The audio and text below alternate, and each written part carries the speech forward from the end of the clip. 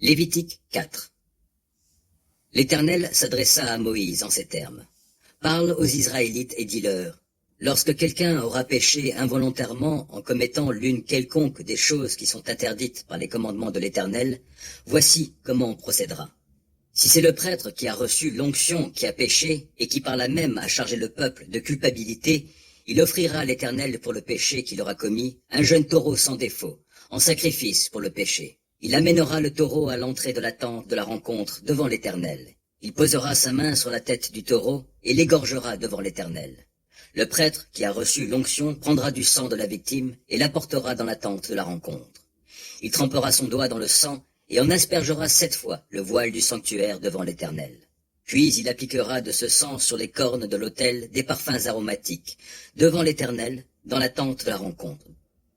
Il répandra tout le reste du sang du taureau sur le socle de l'autel des holocaustes, situé à l'entrée de la tente de la rencontre. Ensuite, il enlèvera toute la graisse du taureau du sacrifice pour le péché, celle qui recouvre les entrailles et toute celle qui est attachée, les 2 rognons et la graisse qui les enveloppe et qui couvre le dos, ainsi que le dessus du foie qui l'ôtera avec les rognons, comme on le fait pour le sacrifice de communion. Le prêtre les brûlera sur l'autel des holocaustes. Quant à la peau du taureau, toute sa viande, sa tête, ses pattes, ses entrailles avec leur contenu, soit tout le reste du taureau, il l'emportera hors du camp en un lieu rituellement pur, où sont déversées les cendres grasses, et il le brûlera sur un feu de bûche à l'endroit où l'on déverse les cendres. Si c'est l'ensemble de la communauté d'Israël qui s'est rendu coupable d'un péché involontaire, si, sans le savoir, l'Assemblée a fait l'une des choses que l'Éternel a défendues dans ses commandements et s'est ainsi rendu coupable, l'Assemblée offrira, quand on découvrira la faute, un jeune taureau en sacrifice pour le péché. On l'amènera devant la tente de la rencontre. Les responsables de la communauté poseront leurs mains sur la tête du taureau devant l'Éternel, et on l'égorgera devant lui. Le prêtre ayant reçu l'onction apportera du sang de la victime dans la tente de la rencontre. Il y trempera son doigt et en aspergera 7 fois le voile devant l'Éternel. Il appliquera du sang sur les cornes de l'autel devant l'Éternel dans la tente de la rencontre. Il répandra tout le reste du sang sur le socle de l'autel des holocaustes situé à l'entrée de la tente. Ensuite, il enlèvera toute la graisse et la brûlera sur l'autel. Il suivra, pour le reste du taureau, la même procédure que pour le taureau sacrifié pour son péché. Le prêtre accomplira ainsi le rite d'expiation pour eux, et il leur sera pardonné. Il fera transporter le taureau hors du camp et le brûlera comme il a été ordonné pour le taureau précédent.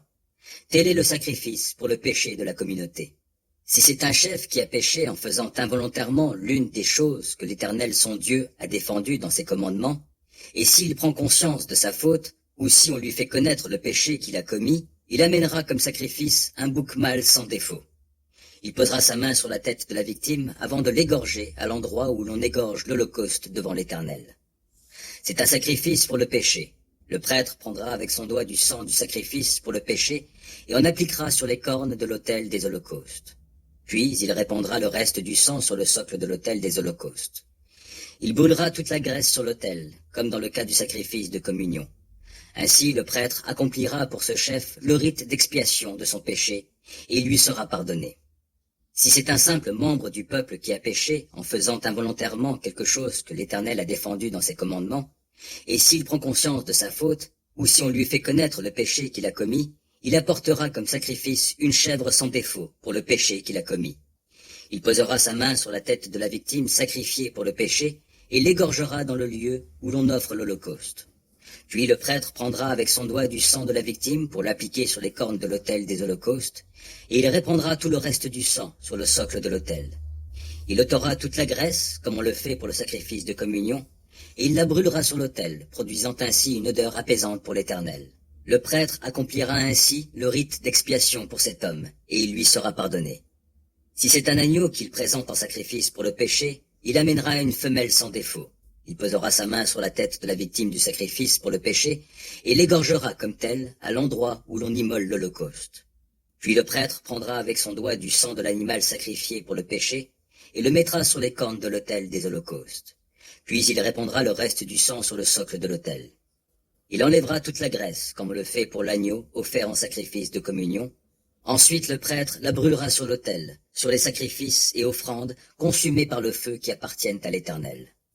Le prêtre accomplira ainsi le rite d'expiation pour le péché commis par cet homme, et il lui sera pardonné.